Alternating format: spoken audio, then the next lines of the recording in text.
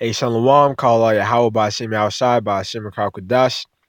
Right? Double honors to the apostles and the elders of Great Millstone of Rule Well. Just like about that. And Shalom to the for elect. Now I'm just doing this video going into Psalms 50, the Psalms 55 verse 21. And I was reading in First Maccabees.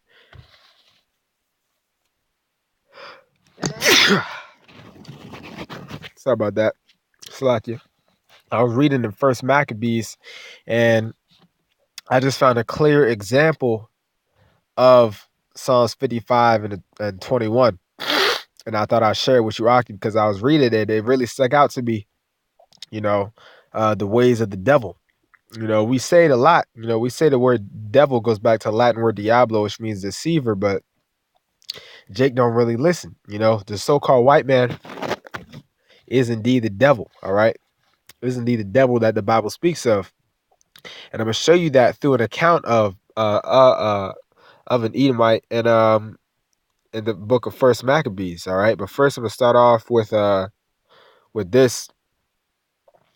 Read the verse for you so you know what I'm talking about. Psalms 55 and 21. It says, the words of his mouth were smoother than butter, but war was in his heart. His words were softer than oil, yet were they drawn swords. All right, so the so-called white man will speak peaceably to you. All right, he'll have that good old smile on his face, but deep down in his mind, what he's really thinking, right? Because it should say for the word heart there, right? See, for the word heart there is lab, and it says your inner mind. So although what he's saying on the outside, what his face is saying is that he's a friendly guy, right? What he's truly thinking in his mind is that he's going to destroy you niggas, all right? Or it's something to harm you, war. And like I said, I got an account of this in First Maccabees 1, a clear example of the so-called white man and his actions that I thought I'd read because it was like, you read this verse, and it's so crazy how accurate the scriptures are about them, right? So the point is that the point that in First Maccabees is at the 29th verse, but I'm gonna start at the 20th verse so you can understand. Just can understand what's happening at the 29th verse. It says, and after that, Antiochus had smitten Egypt. He returned again in the 143rd year and went up against Israel and Jerusalem with the multitude. So this is after Antiochus took over Egypt. It says, and entered proudly into the sanctuary and took away the gold altar and the candlestick light and all the vessels thereof.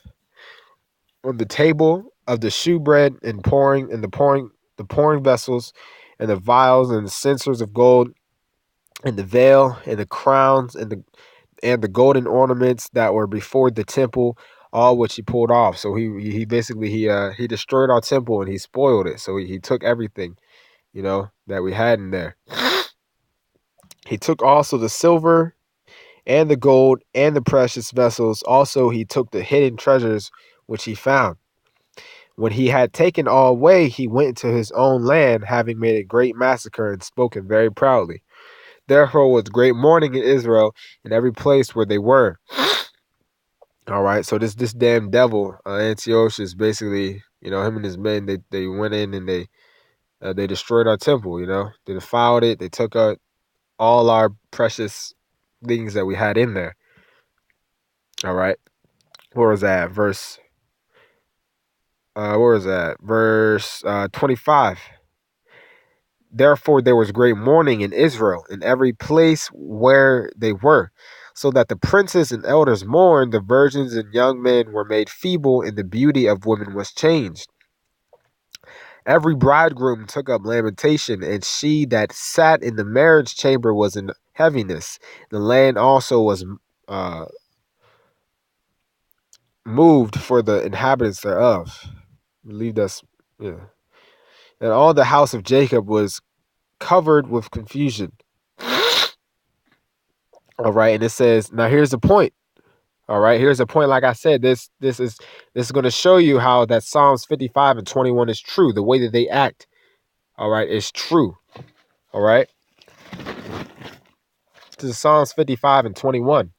And after that 2 years fully expired, the king, which was Antiochus, he sent his chief collector of tribute unto the cities of Judea, who came unto Jerusalem with a great multitude.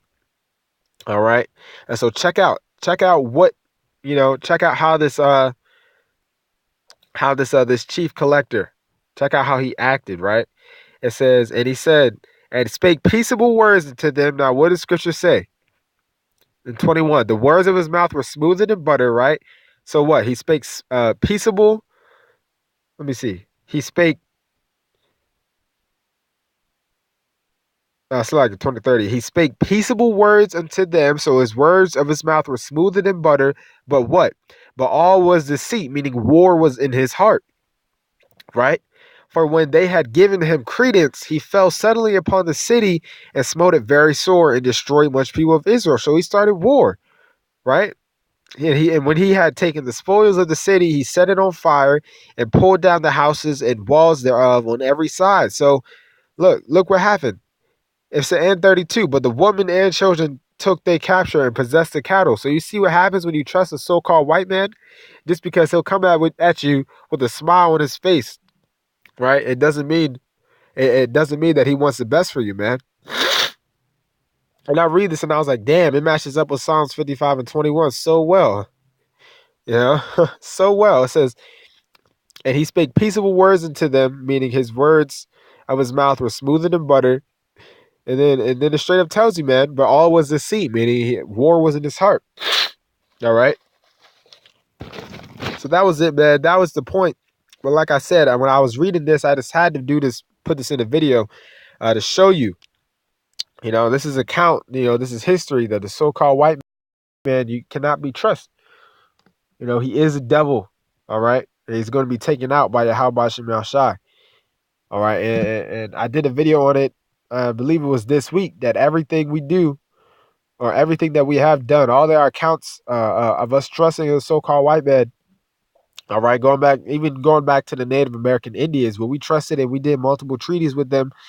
All right. It was all for nothing because they ended up breaking those treaties and taking us over, taking over our land and different things like that. So every time that we've trusted in the so-called white man has always failed. All right. But the number one thing that won't fail is our trust in Yahweh Bashim Al-Shai. Lord's will, I'll do a video on that. All right. Number one thing that won't fail is our faith in Yahweh Bashim Al-Shai. Yahweh Bashim Al-Shai will never, let us down, man. But with that, all praises to Yahweh Bashim Al-Shai, Bashim Rakakwadash. Double honors to the apostles and the elders of Great Millstone to rule well. Shalom to the elect.